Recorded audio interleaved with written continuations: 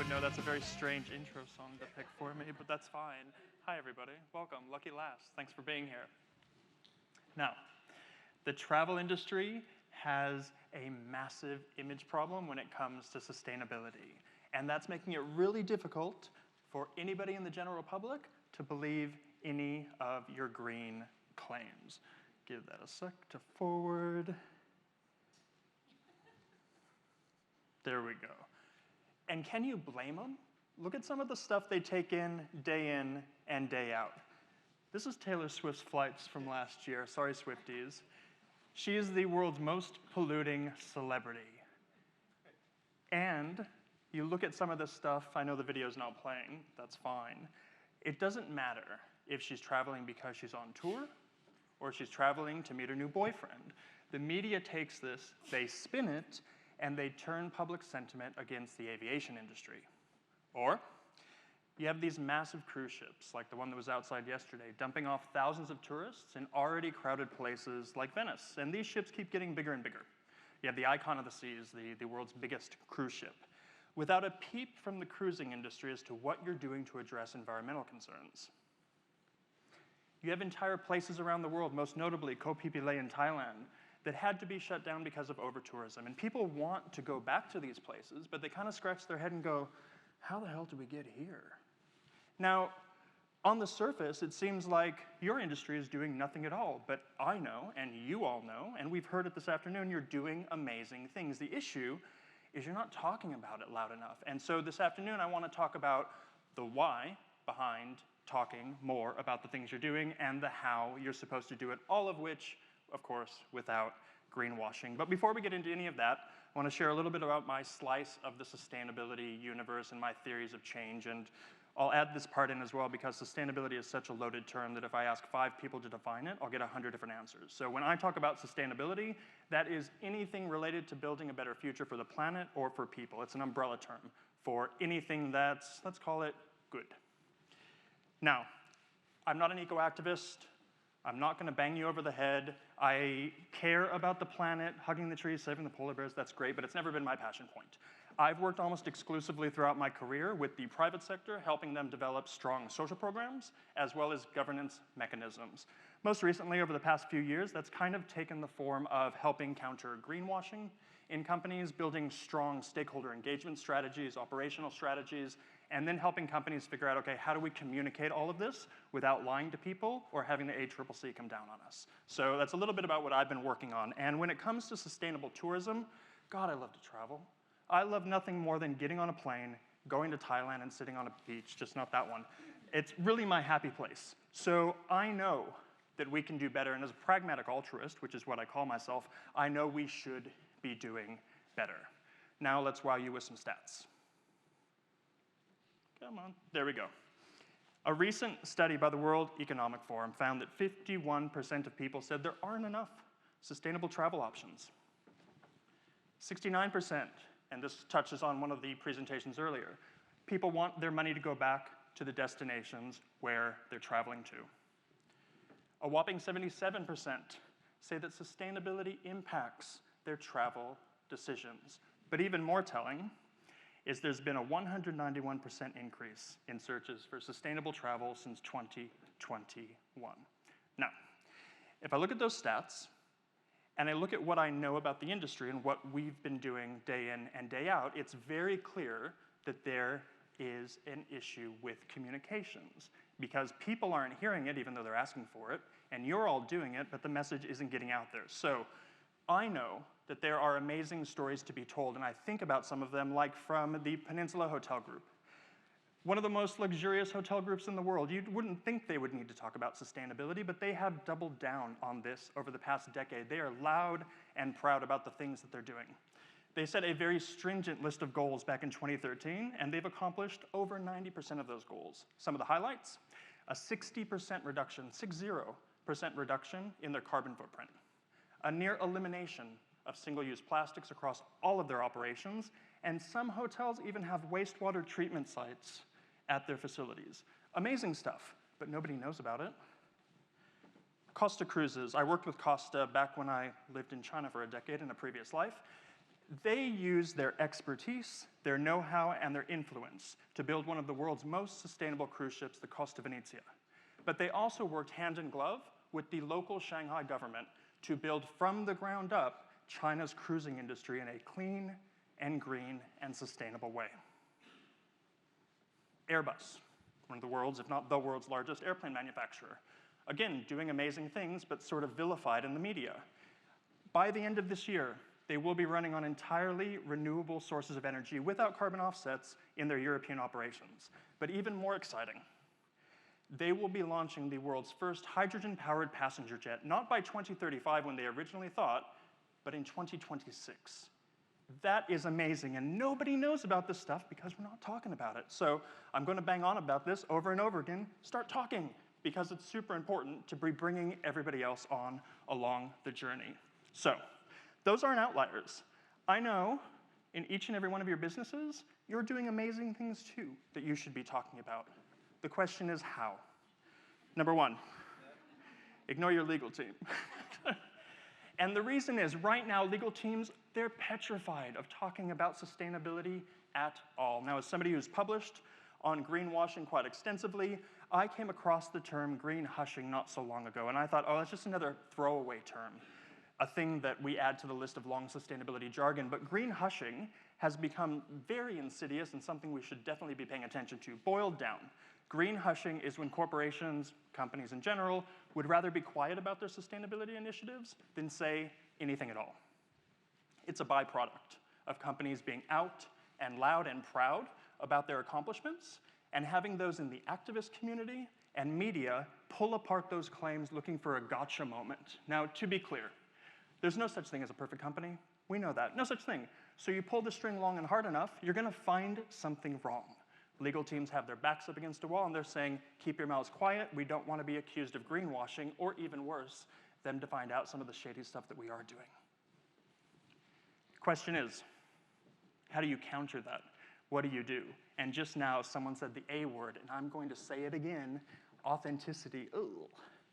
But you can't discount the importance of authenticity to a strong sustainability message. Now, I'm not talking about just, being open and proud about everything. There's a formula to being appropriately authentic, and it comes down to three things. The first, another buzzword, I know, transparency.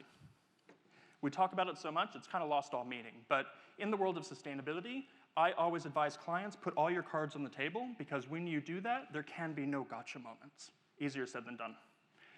You chuck on a bit of honesty. And the thing I always tell people, your stakeholders, your customers, your clients, they don't expect you to be perfect. They just don't want you to lie to them. And last, pragmatism. Wear your heart on your sleeve, do great for the world, but please do it strategically. All of that adds up to authenticity. My favorite story about authenticity and transparency comes to us from the 2017 Oscars. Bit of a sidestep, I know. Anybody that remembers, Warren Beatty gets up to do the Oscar for Motion Picture of the Year. Quiet crowd, he opens up the envelope and he announces the wrong movie. PwC was on the hook for this because they do the tabulations and they hand out the envelopes. Almost immediately, they did a press conference, said, yep, we screwed up, our bad, sorry, we won't do it again. And it kind of blew over. We joke about it today, but you compare that to, I don't know, what's happening with Kate Middleton in the UK, and you can definitely see why authenticity and transparency trumps any other form of communication. So you've got that. What do you do next? Think strategically about stakeholders, not like Pepsi did. So Pepsi brought in Kendall Jenner to do an advertisement back in 2020 during the height of the Black Lives Matter movement, where she somehow solved systemic racism and police brutality in the US by offering a cop a soda. Tone deaf, for sure. The blowback was immediate. The ad was pulled within 24 hours because they weren't thinking strategically about how to use their universe of stakeholders. We all have different stakeholders. I classify them this way, into three major groups. And this is the only in-depth chart I'm going to force you to watch. Internal, and these are the ones we always forget. Your employees can be the biggest advocates for the things that you do. Management, boards of directors. The next are the money people, clients, suppliers, investors, the market. And then those that maybe they don't influence you on a day-to-day basis, but without them, you can't operate. You cannot have a social license to operate. So we've talked about a few of them already today. Government, media, NGOs, influencers, which we'll get to as well in a minute. Imagine the reputational changes that could happen if some sustainable aviation fuel company was able to partner with Taylor Swift and to, not force her, I was going to say force her, no, encourage her to use sustainable aviation fuels, which are 80% less polluting than conventional fuels. Imagine what that would do for the entire industry to scale up something that we need to be scaling up. So using that power of influencers and of engaging stakeholders the right way. I gave the example of Costa Cruises and what they did with the Shanghai government. And I also think, and this is a totally separate industry, but I worked a few years ago with the NBN. For any non-Aussies, the NBN is Australia's national broadband network. I helped them to create their first investor narrative. Now, the NBN operates basically as a quasi-monopoly. And because of that, there's no internal push to green their operations. Until they found out about green bonds, then all of a sudden, it was all hands on deck. So we worked together to shape a narrative around these social elements of ESG, talking about how the NBN works to bridge Australia's digital divide. And you know what? It worked. Since 2022 until today, the NBN has been able to raise $6 billion in green bonds on the international and domestic market, the largest holder of green bonds in the country. That's the power of engaging stakeholders in the right way. But how do you do that? You have to meet them where they are. I'm going to share with you a story about this guy. This is Tony Piliceno. Tony has a passion for paint. He took that passion to get a job with one of America's oldest and largest paint companies, Sherwin-Williams.